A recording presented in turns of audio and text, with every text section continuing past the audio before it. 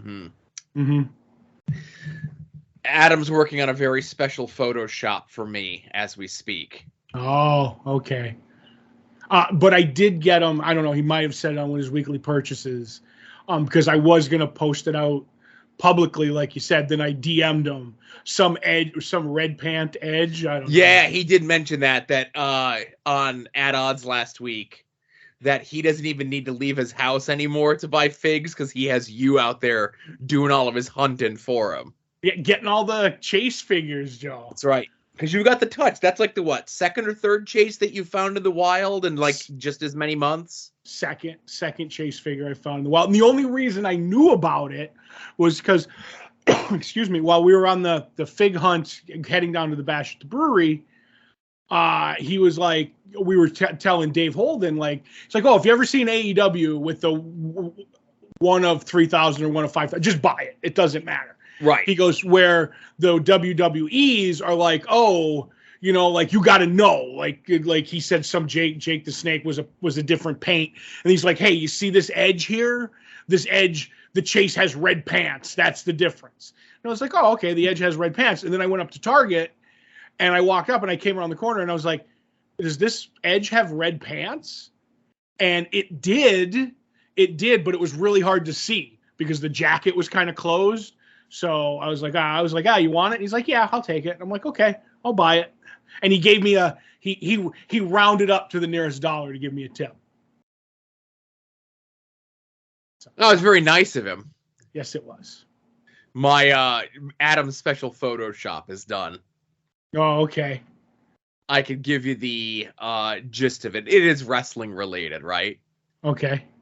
And then we'll get into you because we got it's a mostly Todd after dark this week because Todd's the adventure boy, not me. Yes, I am.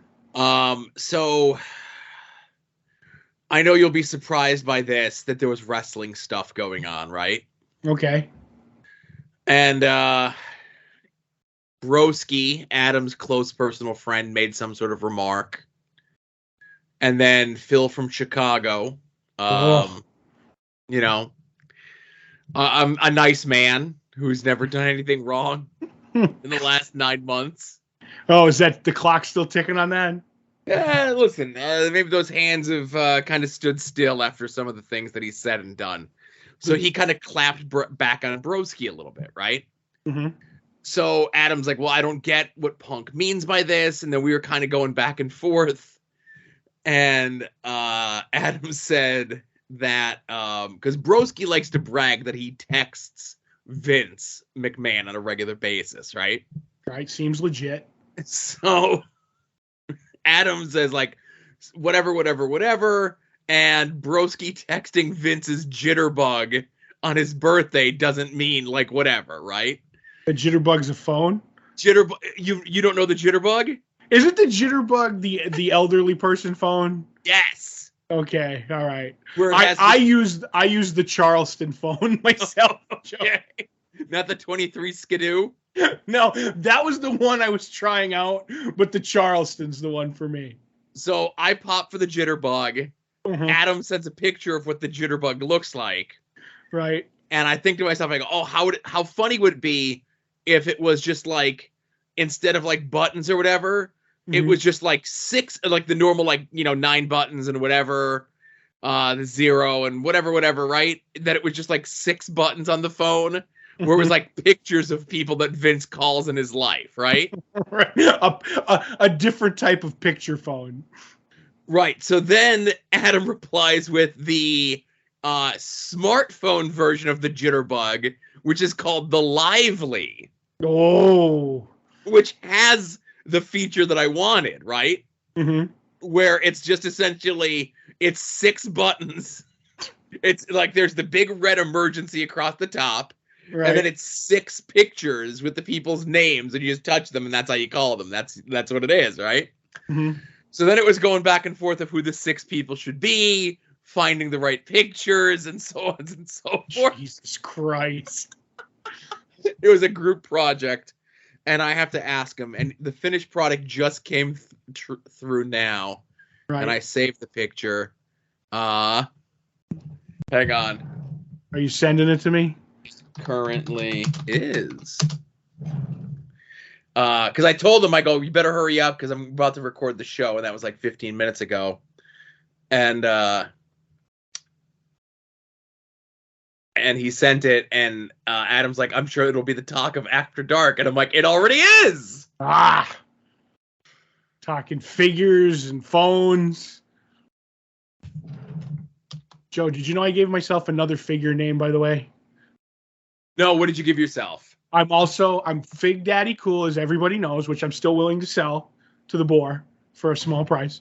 Okay. But now, because I'm getting chases in the wild, like we said, I'm the governor of Fig Sylvania. So oh my goodness. I'm thinking about getting a shirt that says that.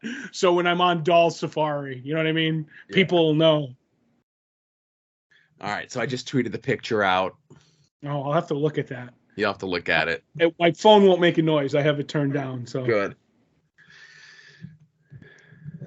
I'll wait till you're done because there might be questions. There probably usually is, but it's gonna take me a second because my Twitter seems to like be on a 10-second delay when I go into it. Gotcha. Which sucks. Oh, okay. I only know. Let's see. I know you. Can I say these things? I don't know. Yeah. Okay, I know you're Sweet Brucey. Right. I know is Linda McMahon? Yes. Okay, I know Linda. So I know Paul. Broski, I apparently know. Is Nick Khan the guy who owns AEW? No, Nick Khan is the guy that Vince hired to like kind of shape up WWE. Going swimmingly, I hear. To them it is. You know, they had their last 3 quarters were like the most profitable quarters they've ever had in their lives. Sure, when you shave off all the talent contract, that's how you keep the money, Joe. Oh my God, why do I know that?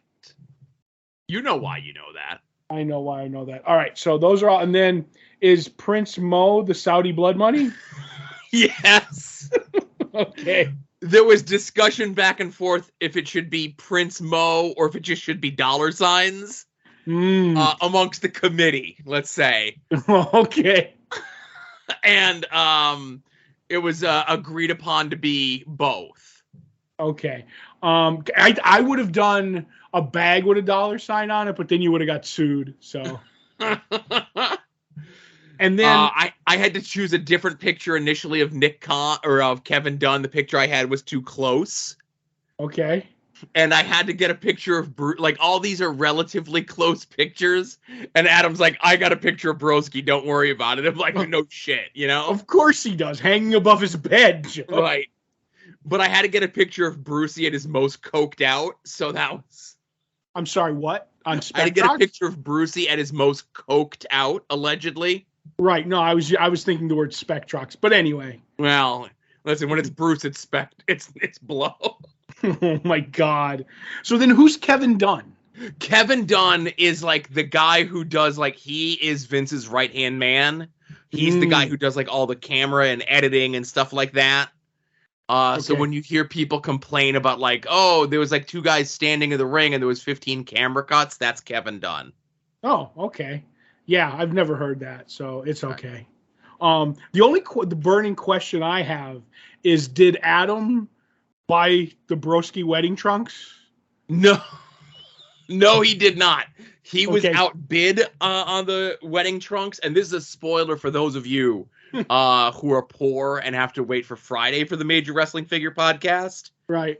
Broski is going to go buy a second pair of the wedding trunks and send them to this guy, Shawnee, in the group, because Shawnee, who's a man of larger carriage, right, said that if he won it, he was going to take a picture of himself in the Broski trunks and put them in the group. But he didn't win it. But Broski's like, well, if you still take the picture, I'll buy them and send them to you. Right. See, now I have two thoughts on that. One is I'm shocked Broski found something, more of something on a pallet in the back somewhere, Joe. Right. Shocked. And 2, I was hoping these would be worn at the Real Rumble if Adam had bought them. That and the purple jacket, just those. He said he's retiring wearing the purple jacket in public. Right. But if he had won the wedding trunks, I say you get one more of the purple jacket. But that's just me. So how was Weird Al? Weird Al was fun. So we went down. It was me, Scott, Josh, and his wife Alyssa. Hey, that's a good crew. Yes, it is. Yes, it is. We went down. We went to eat at. I know you'll know if I think I have the name right. It's right next to the Kirby to Redondo's. So that is so funny because we were there, maybe earlier that night because. So, no, we were there the day before. Go ahead. Okay. So we went there, we got dinner, and I ended up getting the Italian stromboli minus the sweet peppers or hot peppers. I don't know what there was peppers in it. And literally, Joe, I was like, okay, I said, can I ask? Because sometimes they make the strombolis and they're made, you know what I mean? They're not made from scratch as you order them. They're like, oh, we make them in the morning, whatever. I've had that happen. So I was like, oh, okay. So the Italian stromboli has ham, salami, pepperoni, cheese, and peppers. And I said, can I get that without peppers? And they're like, yeah, you can get whatever you want, like taken out, blah, blah, blah. I said, okay, that's what I want. I want the Italian stromboli with ham, pepperoni, salami, cheese, no peppers. If there's any peppers in my stromboli, I'll cry. Did they say a boy was here the night before, a 45-year-old boy who said the same thing about his cheeseburger? No, he did not. That might not have been his chef. Okay. So we ended up eating. Everything was amazing. You know what I mean? I really liked it. And then we go over to the Kirby, and we're waiting outside, blah, blah, blah. And on the website, they just had Weird Al. You know what I mean? Like, we're like, oh, we want to go. So we all looked up tickets. Scott, because we were buying tickets for stuff all over the place. And each one was putting me, Josh, and Scott were going to different concerts. So it was like, okay, when this concert would pop up, it'd be like, you buy those tickets. All right, we're going to this concert. I'll buy this ticket. And then Scott bought those tickets. And then in the end, everybody's just pretty much is a push, if you get what I mean. You don't have to do any money. So Scott had the tickets and I never saw them. And they never said who the opening act was, that there even was an opening act for Right. And I'll interject and say, I would assume at this point, Weird Al doesn't have an opening act. You're just going to see Weird Al. Right. So we go. And Scott has the tickets, they're physical tickets, and he pulls them out. He's like, here. And he didn't have to do the physical ticket opportunity like you and Josh did for Jack White? No, and because Josh goes, oh, physical tickets. I didn't leave my phone back at home on the charger. He goes, right. So we get them and we're talking and we get inside and I was going to take a picture of, they had the merch, but we got scooted away. That they had a Weird Al Yankovic, like a, I don't know what they're called, like a Gilligan hat. You know what I mean? From Gilligan's Island, bucket hat, they might call them. Yes. It had one of those, but then it had the Weird Al Yankovic wig under it. So when you put it on, your hair was his hair. Gotcha. And I was like, oh, I was thinking about getting Joe one of those because your love of wigs. And then we go off to the side, and he's like, oh, I never looked on these tickets. He goes, there's an opening band. Scott goes, right? He goes, some emo group or something. Is this Scott being funny or does he know? Right. He doesn't.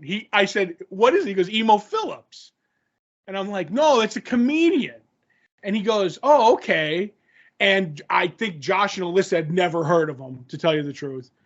So they're younger, you know what I mean? So I'm like, oh, and I said, he was in this and he was in UHF and blah, blah, blah. And he goes, okay, I kind of remember him.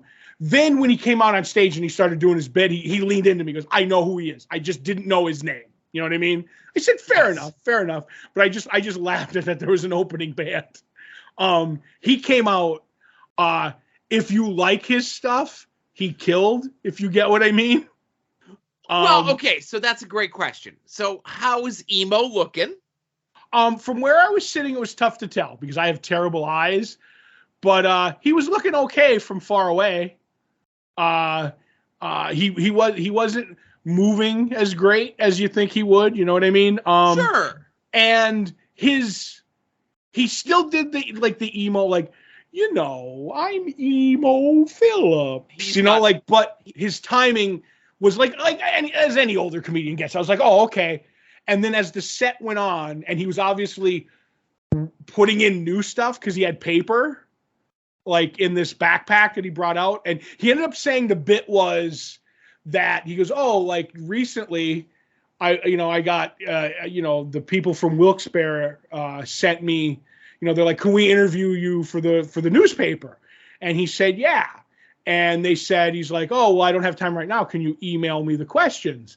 And they said, sure, we'll send the questions off to you. And then he goes, so I guess I'll answer some of these questions. I will answer the questions for them right now. So they had that was the joke, that they had emailed them like months ago. And the first question was, since Easter's coming up, he's like, are you religious? And he does like a joke for that. And then he would go do his other jokes, and then he would come back and say and he'd read them off the paper and say they were questions from the thing. And I'm like, those are new. That's his notebook. You know what I mean?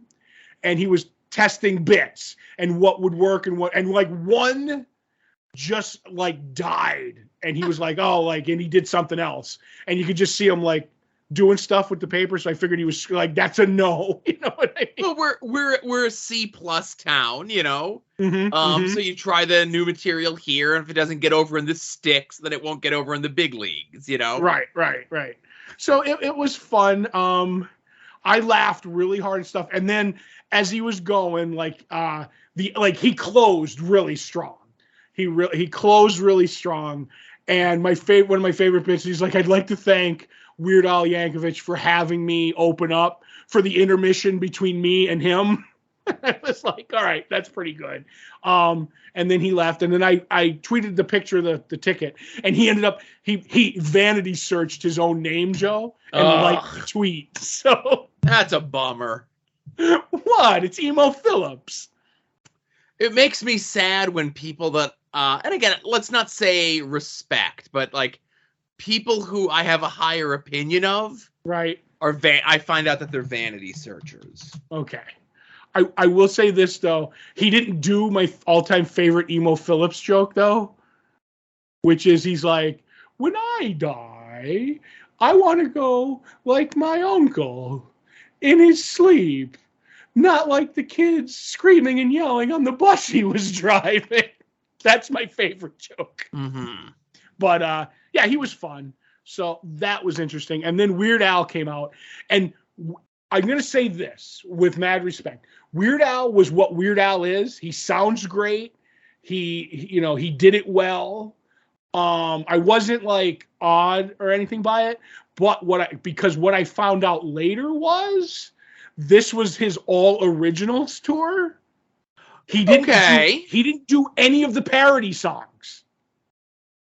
For the whole. Okay. No, I assume style parodies or no? Let me just, and we'll get there. Like, he didn't do, I know he says he doesn't do Fat anymore, and he doesn't do, Rocky Road. He doesn't do any of the Michael Jackson stuff anymore. But he didn't do any of those parody songs that are like Amish Paradise, blah, blah, blah. He saved those all up. Like, he did 4 of them at the end in the encore as a medley.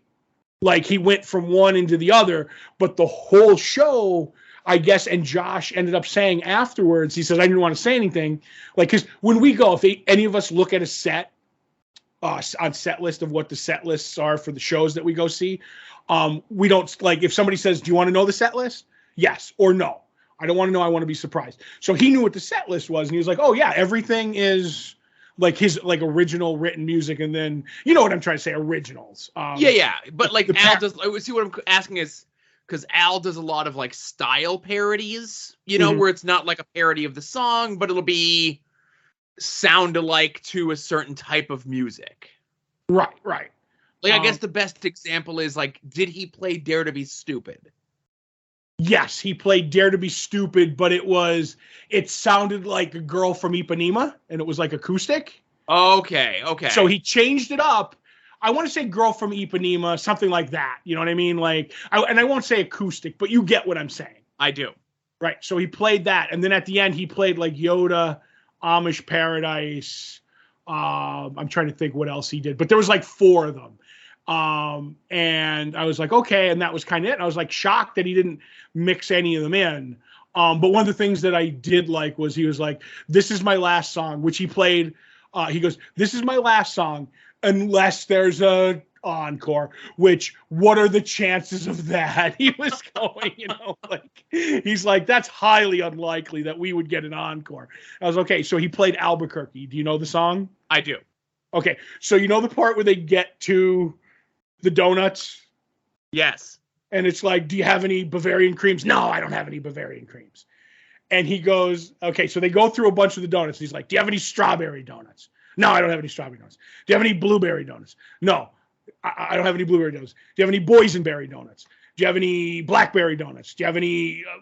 And he goes through all the berry donuts. And then he's like, do you have any hollyberry donuts? And they're like, no, I don't have any of those. And then he just like, you can't see it, but he winks to the crowd and he just goes, do you have any Wilkes-Barre donuts? Oh, Jesus Christ. And the place goes nuts, right? And like literally Scott and Josh kind of lean into me at the same time and they go, cheap pop, right? So that was really cool. Then the song was over, but that had a ton of energy. And then they're like, okay, we're going to leave like that. Good night, everybody. And they just wait on stage for the encore. Like they don't close the curtains. They just like leave their instruments and stand in the corner where everybody could see. And then a guy comes out and he like starts spit shining the drum set. And people just like clapped for like, I want to say less than a minute. And they come back out like, oh my God, kind of a deal. So like, oh, and I was like, to me, I found that like very funny for the encore because they usually drag it out. You know what I mean? Yeah. And it was like, boom, encore. And I was like, oh, this is really good. But overall, I had a great show. Had fun. Was just a little surprised by the set list. Okay. Now, what was the merch situation like? Was there like an opportunity to get like Mark photos with Weird Al, or is not something Weird Al does? I don't know because I walked right, like I looked at the merch table, but I was like, I'm not getting any merch. You know what I mean? Like It's just not my thing. Like all the joking aside, like I've never bought a shirt off of anybody because they never have my size, whatever. Sure. So unless they're the Batari. Well, you mentioned about the bucket hats, but other than that, there was nothing else. Right. They had other stuff, but I didn't even look. So, but they were asking anybody who was like, they were yelling as anybody was coming through, any VIPs, come here. Like, so I'm guessing like they didn't have, like when we went in, he wasn't there or options. And when we were coming out, they weren't. I have a feeling like, cause that's the new thing with concerts is VIPs and photo opportunities. There's that word again. Right. That you pay for that in advance. And like when I did that with Alice Cooper, oh my God, almost 15 years ago. Yeah. That's at the end of the show, like off to the side. It was on the bus for us. You know what I mean? Right. What was it? 7-Up and Ritz crackers? Diet 7-Up. And then he gave me, he said I could have whatever I want off his fruit and cheese plate. But, so I guess like, I wouldn't doubt that there was, if they had VIP packages that they were asking about. Sure. That's where it was because, Emo Phillips did mention the VIP packages. That was the front couple of rows. It was for the rich people or what goes for rich in Wilkes-Barre. That's a good one. Yep. Oh, he showed you pores, I tell you. Yeah. So all in all, it was a good night. Got food, got a show, went home, got some sleep. It was fantastic. So now, Todd, it's quiz time. And you know me, I hate bits. Right. And this, I guess, is as close to a recurring bit as I could possibly have on this show. Okay. We revisited this 6 months ago. But now it's time to revisit a year later. Is this a Gumroad thing? This is the Gumroad thing. The Kevin McGuire Gumroad opportunity. Right. Now, if you remember, Gumroad is more or less like a kind of Kickstarter-y sort of thing, more so for artists and stuff. Right. It's almost like a Substack. Yeah, it's kind of like a mix between that, like Substack, sure, but so let's kind of get into it, okay? Okay. There's 3 sections to Kevin McGuire's Substack. Gumroad. Substack, Gumroad. Products, membership, and posts. Okay. Since his first post 1 year ago, Todd. Right. How many posts has Kevin made in his Gumroad? 0? 0 is the correct answer. Now, in the products section, we have, he has a bunch of different prints and stories. At this point, it's mostly the same Justice League 3000 artist prints that there were 6 months ago. Right. And Tanga pages that were not up before. And I don't know if this is a cover. It looks like it might be a cover. And I don't remember seeing this up here before because I would have I would have been like, hey, that looks pretty cool. It doesn't say that it's a print or anything or an artist proof or whatever of a cover that he did for Red Sonja Mars Attacks. Right. So nothing new there. Now, under the subscription section, now with the subscription the membership, subscription, whatever, the Mary Magster Society for $5 a month. It's a membership, kind of like a patron, but more importantly, it's now the venue for me to do my own creator-owned comic storytelling. Is 1 post in a year. I'll be sharing works in progress, blogging, sharing videos, all kind of stuff. I'm genuinely excited to see where this goes. Come along if you dare. How many people have signed up to be a member of this at $5 a clip per month? I'm going to say no people at $5, but probably 1 person for $9. No, that would be the ultimate loser move. If you had only 1 patron that subscribed at some random dollar amount that's not even offered as part of your subscription service. Right, and they don't put out anything as the subscription. But go ahead. Well, neither does Kevin. So that's fair. That's fair. So your guessing is 0? Yeah. No, there's probably suckers.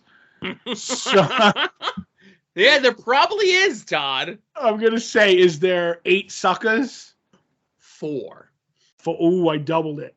Yes. So I assumed if he did more than 0 posts in a year, he might have more than 4. I don't think he promotes it either. Well, no, that gets in the way. That gets in the way of edibles, Joe. I guess. Allegedly. So now I just have to update my phone to remind me 6 months from now to come back and revisit this. Mm-hmm. Again, the closest to a bit that I have. Well, I'm working on more, so. Because I know you. Oh, you're working on a bit? Yeah. Uh-oh. That's where you're supposed to say, good luck with that. Oh, good luck with that. There you go. No, see, you're saying that too nicely as to oppose the first time I told it to you off mic, and it was like, you got a bit? Good luck with that. Somebody privately accused me. Oh, that's the other thing. So, and this will close out this After Dark, right? Right. It was a short show. Several people, well, we started late. Right. Several people contacted me privately, very upset about your remarks on last week's show, on the main show, about Sam Raimi, but more importantly, about Bruce Campbell. Right. And I had to lie to them and say, and they're going to hear this, so whatever. I had to lie to them and say, oh, Todd's just a silly boy doing a bit. Right. so I wouldn't have to hear them burying you for weeks on end because of your bad opinions on Sam Raimi and more importantly on Bruce Campbell. Yeah, well, you take all that heat. I noticed that they're all cowards, so nobody came to me. So I can defend myself, Joe. Well, I don't think these people have your personal phone number is all. Right. You think I can't suffer the slings and arrows of Bruce Campbell fans? Well, I'll say this then. If you're in the sound of my voice and you have a problem with anything that Todd says on this show, I will give you his personal home phone number. The home number you can do, not the cell number. Right. That's the Cinnabon business phone. Right. I'm not going to give you the Cinnabon business line. I know, listen, you're doing business there. Right. But I'll give you Todd's personal home phone number, and you can call him and leave a message and give him what for, because he's not going to answer you, you know? And I'm actually, you know what? I'll give my home phone number out on here right now. Okay. And my home phone number is 570-489-8742.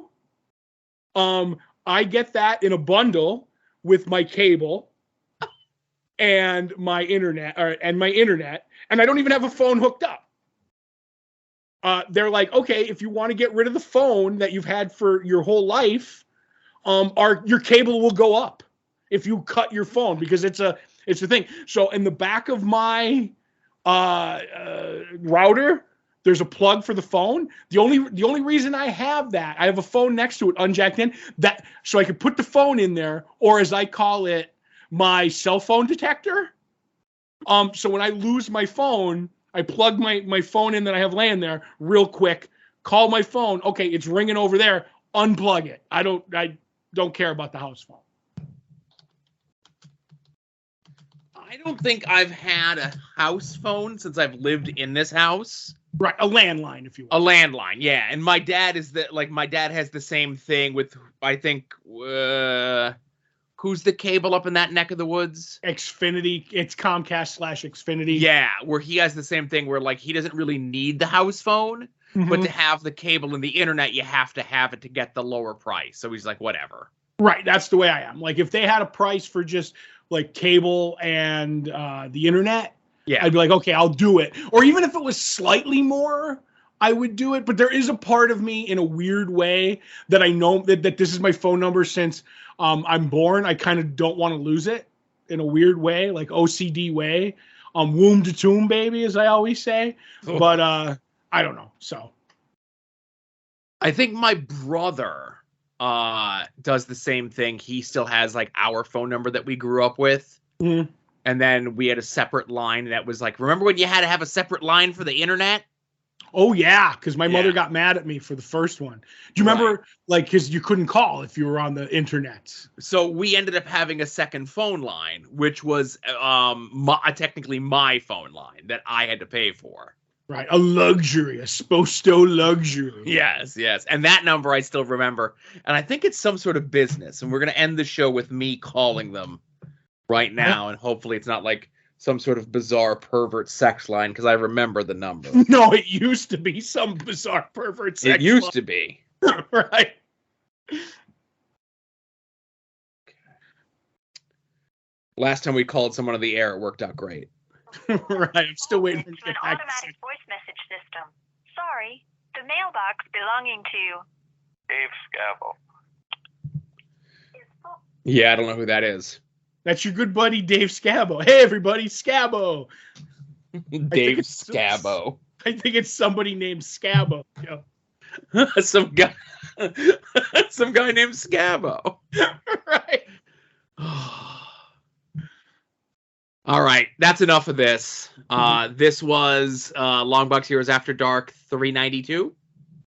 I hope so. Yep. All right. Thanks for listening, everybody, and we'll see you all next week. No plugs. Amazon, Patreon, whatever. Bye. You're listening to the soon-to-be-named network, the Lamborghini